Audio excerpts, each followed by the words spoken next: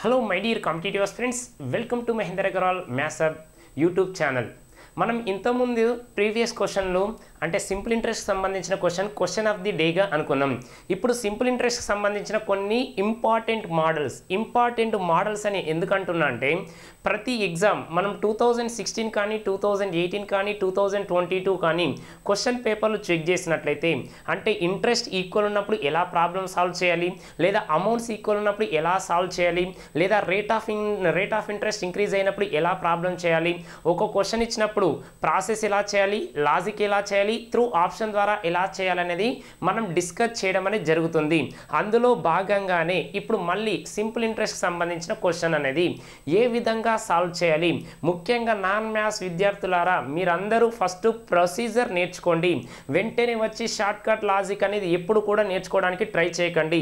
ఎందుకంటే ఇప్పుడు మనకు క్వశ్చన్ పేపర్ అనేది మారింది కాబట్టి దానికి అనుగుణంగా మనం ఏం నేర్చుకోవాలంటే ఫస్ట్ ప్రొసీజర్ నేర్చుకోండి. నేర్చుకున్న తర్వాతనే లాజిక్ నేర్చుకోండి.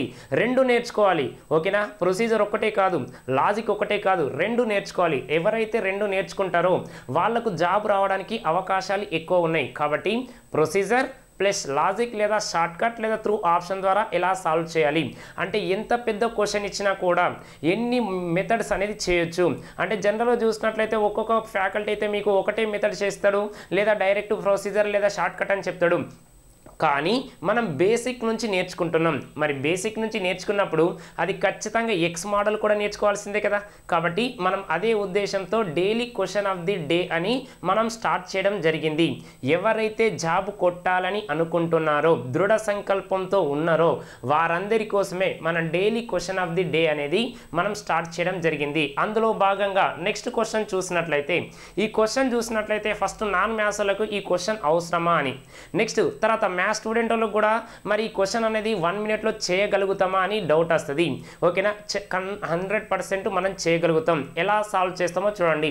ఒకవేళ మనం ఎక్స్ మోడల్ తీసుకుంటే ఎంత టైం పడుతుంది, లేదా మనం అలిగేషన్ మోడల్ చేస్తే ఎంత టైం పడుతుంది, లేదా ఇంకా లాజిక్ను మనం యూజ్ చేసినట్లయితే ఫ్రాక్షన్ ఆఫ్ సెకండ్స్లో ఎలా సాల్వ్ చేయాలనేది మన టార్గెట్. ఓకేనా? ఫస్ట్ క్వశ్చన్ చూసినట్లయితే ఏ person interested a sum of 90,000 rupees in 3 schemes A, B, C at the rate of 16%, 19% and 13% per annum respectively. The amount invested in scheme C is 50% more than amount invested in scheme A. Find the total amount invested in scheme B if he gets a total amount 1,50,300 rupees in 3 years అన్నాడు. in 3 years ఒక వ్యక్తి అట 90,000 రూపాయలను 3 విభిన్న స్కీములు P, క్యూఆర్లో వరుసగా 16%, 19%, 31% వడ్డీ రేటుతో పెట్టుబడి పెట్టాడు. అతను స్కీమ్ Pలో పెట్టిన పెట్టుబడి కంటే ఆర్లో 50% ఎక్కువ పెట్టుబడి పెట్టాడు. ఒకవేళ అతనికి 3 సంవత్సరాలలో కలిపి 1,50,300 రూపాయల మొత్తం వచ్చింది. అయితే క్యూ స్కీమ్లో పెట్టిన పెట్టుబడి రూపాయలు. ఓకేనా? ఇక్కడ క్వశ్చన్ చూసినట్లయితే మనకి ఎలా ఉందంటే కొంచెం దాన్ని అబ్జర్వ్ చేసినట్లయితే ఎక్స్ మోడల్లో ఈజీగా సాల్వ్ చేయొచ్చు. కాకపోతే క్యాల్కులేషన్ అనేది పార్ట్ అనేది ఉంటుంది. అంటే మనోడట ఏం చేసిందంట 90,000 ఇన్వెస్ట్మెంట్ పెట్టిండు. ఓకేనా? ఇలా PQR స్కీమ్లో ఇన్వెస్ట్మెంట్ పెట్టిండు. తర్వాత ఏం జరిగింది ఆల్రెడీ అక్కడ మెన్షన్ చేసిండు. మనకు ఎంత రేషియో ఇచ్చిండు? 16%, 19%, 31% అనేది రేట్ ఆఫ్ ఇంట్రెస్ట్ ఇవ్వడం జరిగింది. తర్వాత ఇంకో కండిషన్ కూడా ఇచ్చిండు. ఏంటిదంటే scheme R investment is 50% more than scheme P అన్నాడు. అంటే ఆర్లో పెట్టిన పెట్టుబడి అనేది 50% ఎక్కువ. దేంతో కంపేర్ చేస్తే Pలో పెట్టిన పెట్టుబడి కంటే. ఓకేనా? ఇక్కడ వరకు క్లియర్. యాక్చువల్ పెట్టిన అమౌంట్ ఎంత? 90,000 ఇన్వెస్ట్మెంట్ చేసిండు. టోటల్ అమౌంట్ ఎంత వచ్చింది? 1,50,300 అనేది రావడం జరిగింది. అంటే నువ్వు 90,000 పెడితే 1,50,300 వచ్చిందంటే ఇంట్రెస్ట్ ఎంత వచ్చింది అక్కడ మనకు తెలిసిపోతుంది. 60,000 అనేది 300 అనేది రావడం జరిగింది. అవునా కాదా? అయితే ఇప్పుడు మనకు కావాల్సిన క్వశ్చన్ ఏంటంటే క్యూ ఇన్వెస్ట్మెంట్ ఈజ్ అన్నాడు. అంటే క్యూ యొక్క పెట్టుబడి ఎంత? ఇక్కడి వరకు క్లియర్. ఇది క్వశ్చన్ అయితే క్లియర్ అయిపోయింది కదా. ఇక్కడికి వెళ్ళి చూడండి 1,50,300 అంటే ఇది 50,300, అది 10,000 కాబట్టి 60,300 అనేది ఇంట్రెస్ట్. ఇది బాగా గుర్తుపెట్టుకోండి. ఓకేనా? ఆల్రెడీ ఇక్కడ రేట్ ఆఫ్ ఇంట్రెస్ట్ ఇచ్చిండు 16, 19, 31 అంటే PQRలు ఇచ్చిండు. ఒక్కసారి క్వశ్చన్ చూసినట్లయితే ఎలా సాల్వ్ చేస్తాం? ఇక్కడికి వెళ్ళి మనం ఏ విధంగా రాస్తామంటే చూడండి Q is equal R is equal 50% more దాన్ అన్నాడు అంటే 1/2 కదా 1/2 అంటే మోర్ దాన్ అన్నాడు కాబట్టి 2:2 ఓకేనా 2కు 1 కలిపితే ఎంత 3 అని రాసినాం అంటే ఇది P అనుకోండి ఇదేమో R అనుకోండి PR అయిపోయింది నెక్స్ట్ చూసినట్లయితే Q ఏం రాయాలి Q ఏం రాస్తామంటే చూడండి ఇదేమో 2x అనుకోండి ఇది 3x అనుకోండి అంటే Q అనేది ఎంత అంటే 90,000 లకెళ్ళి 90,000 మైనస్ ఈ రెండింటిని కలిపితే ఎంత 5x రావడం జరిగింది ఇంట్రెస్ట్ ఎంత వచ్చిందంటే చూడండి మనోడు పెట్టింది 1 lakh ఎంత 90,000 ఇప్పుడు వచ్చింది ఎంత 1,50,300 మైనస్ 90,000 తీసినట్లయితే ఎంత వచ్చిందంటే 60,300 ఇది ఎన్ని ఇయర్స్కి వచ్చింది 3 ఇయర్స్కి వచ్చింది 3 ఇయర్స్కి రావడం జరిగింది కాబట్టి ఎలా సాల్వ్ చేస్తామో చూడండి ఇక్కడికి వెళ్ళి క్వశ్చన్ చూసినట్లయితే ఓకే ఫస్ట్ ఏ విధంగా రాస్తామంటే కొంచెం క్వశ్చన్ అనేది లెంతీ అనిపిస్తుంది సొల్యూషన్ కూడా first method okay first PA కదా పి అంటే ఇక మెథడ్ 1 అని రాస్తున్నా మెథడ్ 1 ఓకే మెథడ్ 1 ఎంత పి ఎంత ఉందంటే 2x ఎంత పర్సెంట్ అంటే 16 కదా 16 1 ఇయర్కు divided by 100 PRT by 100 Q గురించి రండి ప్లస్ Q ఎంత ఉంది 90,000 P అంటే 90,000 మైనస్ 5x ఇంటూ R అంటే ఎంత పర్సెంట్ 19% ఇంటూ 1 ఇయర్కే చేస్తున్నాం 1 year divided by 100 plus R ఎంత ఉంది ఇక్కడ 3x కదా ఇక PR 31% into 1 divided by 100 equal to మనకి ఇచ్చిండు ఏమిచ్చిండు ఇంట్రెస్ట్ 60,300 3 ఇయర్స్ అయితే మరి మనకు కావాల్సింది 1 ఇయర్ కావాలి కదా 1 ఇయర్ కాబట్టి ఎంత 20,100 ఎంత 20,100 రావడం జరిగింది ఇక్కడి వరకు ఇది ఎవరైతే స్టెప్ రాస్తారో ఆన్సర్ అనేది అయిపోయింది ఎందుకంటే క్యాలిక్యులేషన్ అనేది ఈజీ కదా ఓకేనా మీకు ఆ స్టెప్ రాయడం రావాలి P అంటేనేమో 2x రాసినాం R అంటేనేమో 3x రాసినాం Q అంటే ఎంత రాసినాం అంటే 90,000 లకెళ్ళి ఈ 5x తీసేస్తే ఆన్సర్ అయిపోయినట్టే కదా వెరీ ఈజీ అయిపోయింది ఇక్కడికి వెళ్ళి మనం రాస్తున్నాం చూడండి 16 2 అంటే 32x రాసినాం 32x నెక్స్ట్ ఒకసారి చూసినట్లయితే 19 ఎంత అంటే 171 ఎన్ని జీరోస్ ఉన్నాయి 4 జీరోస్ ఉన్నాయి అలానే పెట్టండి మైనస్ 19 95x ప్లస్ తర్వాత 3x ఇంటూ 31 అంటే ఎంత 93x ఉన్నది ఇక్కడ చూడండి డివైడెడ్ బై 100 కదా రైట్ సైడ్ వెళ్తే ఏమవుతుంది డివైడెడ్ బై కాస్త ఇంటూ అవుతుంది కాబట్టి ఆల్రెడీ ఇక్కడ ఎంత ఉందంటే చూడండి 20,100 ఇంకొక 2 జీరోస్ కలుపుతున్నాం ఇంకో 2 జీరోస్ కలిపినట్లయితే ఇక్కడ చూడండి మైనస్ 95 ప్లస్ 95 లకి వెళ్ళి 93 తీస్తే -2 ప్లస్ 32 అంటే ఎంత 30x కదా కాబట్టి అలానే రాసినాం 30x రాసినాం నెక్స్ట్ ఈక్వల్ టు ఇది ఎంత ఉందంటే చూడండి మనకు 201 నెక్స్ట్ ఎన్ని జీరోస్ అంటే 4 జీరోసే కదా 4 జీరోస్ మైనస్ ఇది కాస్త రైట్ సైడ్ వెళ్తే ఏమవుతుంది మైనస్ అవుతుంది కదా 171 4 జీరోస్ ఉండడం జరిగింది ఇక్కడికి వెళ్ళి రాస్తున్నా చూడండి 30x ఈజ్ ఈక్వల్ ఇక 4 జీరోస్ కాబట్టి 4 జీరోస్ రాసినాం 4 జీరోస్ నెక్స్ట్ 201 లకి వెళ్ళి 171 తీసేస్తే ఎంత 30 కాబట్టి ఇక 30 క్యాన్సిల్ అయిపోయింది x ఈజ్ ఈక్వల్ ఎంత వచ్చిందంటే 10,000 రూపీస్ రావడం జరిగింది x ఈజ్ ఈక్వల్ ఎంత వచ్చింది 10,000 రూపీస్ రావడం జరిగింది మరి మనకు రావాల్సిన క్వశ్చన్ ఏంటిది ఇక్కడ b కదా ఇక b అంటే చూడండి x అంటే 10,000 కదా మరి q రావాలి q ఈజ్ ఈక్వల్ అంటే 90,000 మైనస్ ఎంత వచ్చింది 5x అంటే 50,000 కదా 50,000 90 మైనస్ 50 అంటే ఎంత వచ్చింది 40,000 రూపీస్ రావడం జరిగింది ఓకేనా q ఈజ్ ఈక్వల్ ఎంత 40,000 అంటే ఆప్షన్ ఏమొచ్చిందో ఒకసారి చెక్ చేసుకున్నట్లయితే ఆప్షన్ చూడండి option D is the correct one ఇలా సాల్వ్ చేస్తే ఆన్సర్ అనేది ఈజీగా అయిపోతుంది మళ్ళీ ఒక్కసారి చూడండి ఎక్స్ ఏంటిది అంటే పి ఎంత క్యూ ఎంత ఆర్ ఎంత అనేది ఇండివిజువల్గా కనుక్కోండి 3 ఇయర్స్కు 60,300 వస్తే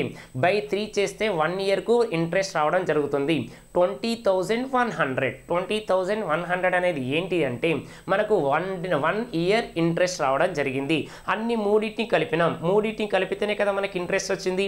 ఇక్కడికి ఎక్స్ను సాల్వ్ చేసినాం. ఎక్స్ను సాల్వ్ చేసినట్లయితే మనకు ఆన్సర్ రావడం జరిగింది. వెరీ ఈజీ కదా. ఇంకా మెథడ్ చెక్ చేసినట్లయితే మెథడ్ 2 అనేది ఎలా సాల్వ్ చేస్తామంటే ఒక్కసారి అబ్జర్వ్ చేయండి. మెథడ్ 2 అనేది అలిగేషన్ మోడల్లో సాల్వ్ చేయాలి. అలిగేషన్ మోడల్లో ఎలా సాల్వ్ చేస్తామంటే చూడండి, ఇక్కడనేమో 2x అనుకున్నాం, p equal to next r is equal to ఏమనుకున్నామంటే 3 అనుకున్నాం. వీళ్ళిద్దరిని కలిపితే ఎంత పర్సెంట్ అంటే ఇక్కడికి వెళ్ళి చూసినట్లయితే ఇది 16% ఉంది. ఇది 31 అంటే నేను ఎలా రాస్తున్నంటే 16 + 15 అని రాస్తున్నా. ఎందుకంటే 31 అంటే 16 + 15 అంటే 31 కదా. కాబట్టి ఎలా సాల్వ్ చేస్తున్నంటే ఇది నేమో 16 లాగా రాస్తున్నా. 16 కంటే ఎక్కువ వస్తుంది కదా, ఎక్కువ. కాబట్టి ఇక 3 × 15 45 రావడం జరిగింది. ఓకేనా. 2 + 3 అంటే ఎంత 5 కదా.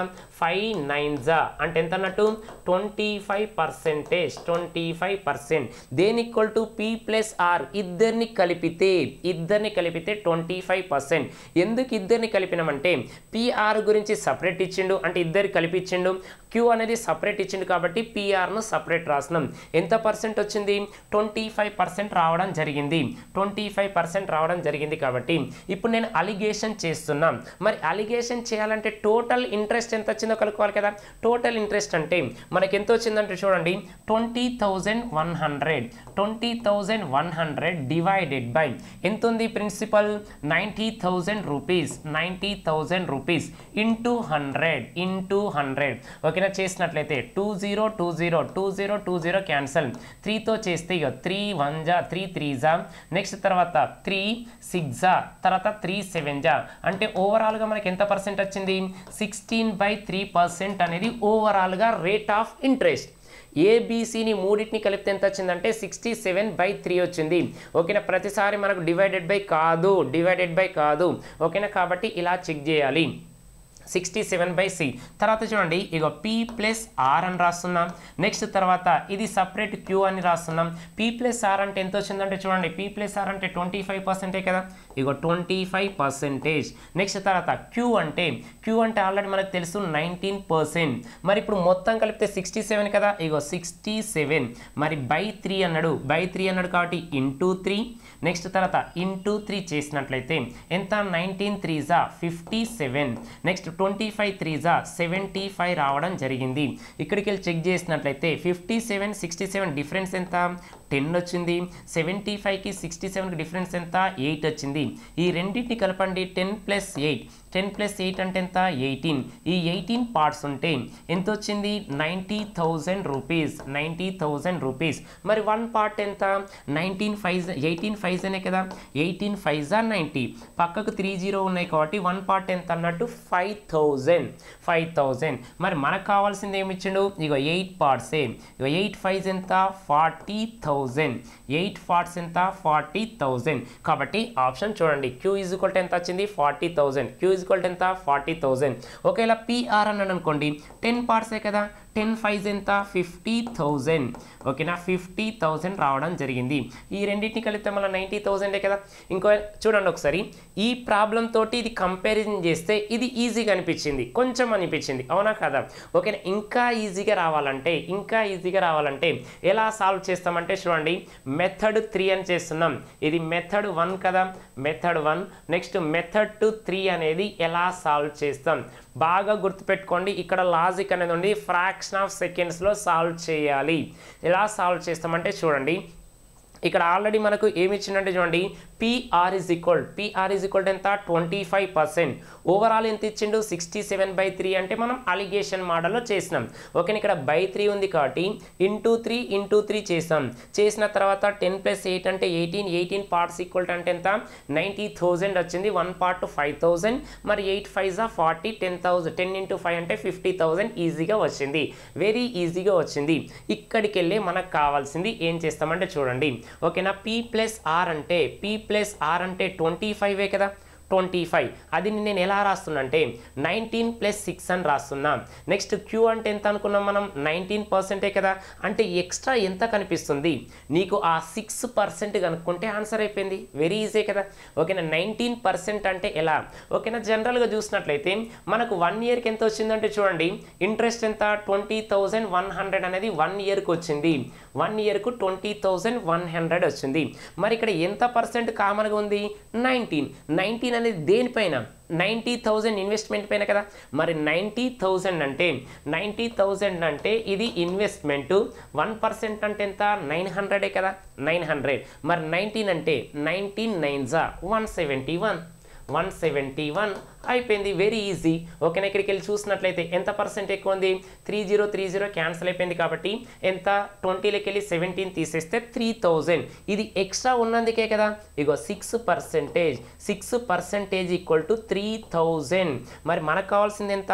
100%. 100% అంటే 6 5s కాబట్టి 500 × 100 ఎంత అంటే 50,000 రావడం జరిగింది. మరి ఈ 50,000 ఎవరిది? ఎక్స్ట్రా ఎవరిది ఉంది? పిఆర్ది. కాబట్టి పిఆర్ 50,000 పెట్టినట్లయితే 90,000లో 50,000 పిఆర్ పెట్టినట్లయితే రిమైనింగ్ ఎవరు పెట్టాలి? క్యూ. మరి క్యూ ఎంత పెట్టాలి? Q is equal to 40,000. ఓకేనా. వెరీ ఈజీ కదా. ఈ 6% వాల్యూ తెలిస్తే 6% వాల్యూ అనేది 3000 అయితే 1 పార్ట్ 500. మరి 100 అంటే 50,000 అంటే పిఆర్ఏ కదా, పిఆర్. మరి Q is equal to ఎంత? 90లోకి వెళ్ళి 50 తీసేస్తే ఎంత? 40,000 రావడం జరిగింది. అవునా కదా. కాబట్టి ఇలాంటి ఏ టైప్ క్వశ్చన్ ఇచ్చినా కూడా నువ్వు ఖచ్చితంగా అన్ని మోడల్ నేర్చుకోవాలి. మీకు ఏపీ తెలంగాణలో ఇన్ని మోడల్స్ ఒకటి సింపుల్ క్వశ్చన్ ఎవరైనా చెప్తారు. సింపుల్ క్వశ్చన్లో ఒకటి మెథడ్ 1 మెథడ్ 2 అని చెప్పవచ్చు. మనకు కావాల్సింది ఏంటంటే ఇలాంటి టైప్ ఆఫ్ పెద్ద క్వశ్చన్లు ఇచ్చినా కూడా మనం ఈజీగా సాల్వ్ చేయాలి. ఇన్ని మెథడ్ల మ్యాథ్స్ అంటేనే ఏంటిది? అర్థం చేసుకోవాలి, తర్వాత ఆలోచించాలి. ఎవరు ఎక్కువ ఆలోచిస్తే అన్ని షార్ట్ కట్స్, అన్ని లాజిక్, అన్ని ప్రాసెస్ అనేది రావడం జరుగుతుంది. కాబట్టి మీరు నాన్ మ్యాథ్స్ విద్యార్థులారా మీకోసమే ప్రతిసారి ఎందుకు చెప్తున్నంటే మ్యాథ్స్ అంటే ఫస్ట్ ఆ భయం అనేది వీడండి. వీడిన తర్వాత ప్రాబ్లమ్స్ అనేది ఎలా సాల్వ్ చేస్తాం అనేది మనకు కావాల్సింది. కాబట్టి మీకు ఒక్కో క్వశ్చన్ ఇచ్చినప్పుడు ఒకటే మెథడ్ కాదు, అంటే ఇలా కూడా చేయొచ్చు కదా అని మనకు ఆలోచన రావాలి. ఎప్పుడైతే నీకు ఆ ఐడియా వస్తుందో నువ్వు ఈజీగా గెట్ ఆన్ కావడానికి ఛాన్సెస్ ఎక్కువ ఉంది. అందుకోసమే ఇన్ని మెథడ్లు చెప్తున్నా కానీ ఏదో మళ్ళీ మిమ్మల్ని కన్ఫ్యూజ్ చేయడానికి కాదు. అంటే పెద్ద ప్రాబ్లం ఉన్నా కూడా ఇన్ని మెథడ్లు చేయొచ్చు అంటే చేయొచ్చు. నువ్వు ఎంత ప్రాక్టీస్ చేస్తే అంత పర్ఫెక్షన్ వస్తుంది. కాబట్టి ఇలాంటి క్వశ్చన్ ఇచ్చినప్పుడు ఫ్రాక్షన్ ఆఫ్ సెకండ్స్లో ఇలా చేయాలి, ఎక్స్ మోడల్లో ఇలా చేయాలి, లేదు మనకు కావాల్సింది ఇది కావాలంటే చెక్ చేసుకోండి. మనం ఇంతకుముందే మనకు అరిథమెటిక్ 3.0 బుక్ అనేది రిలీజ్ చేయడం జరిగింది. ఎవరైతే అరిథమెటిక్లో ఒక్క బిట్టు కూడా మిస్ కావద్దని అనుకుంటున్నారో వారందరి కోసమే మన అరిథమెటిక్ 3.0. అంటే ఖచ్చితంగా మ్యాథ్స్ రావాలంటే మీకు ఏంటి? ప్రాక్టీస్ అనేది ఇంపార్టెంట్. ఆ ప్రాక్టీస్ కోసమే ఈ బుక్ అనేది ఇవ్వడం జరిగింది. నీకు బేసిక్ లెవెల్ నుంచి అడ్వాన్స్ లెవెల్లో ఇవ్వడం జరిగింది. కాబట్టి ప్రతి ఒక్క నిరుద్యోగ అభ్యర్థి ఖచ్చితంగా ఈ మన మహేందర్ అగర్వాల్ అరిథమెటిక్ 3.0 బుక్ తీసుకోండి, ప్రాక్టీస్ చేయండి. మీ విజయంలో ఇది చాలా కీలక పాత్ర వహిస్తుంది.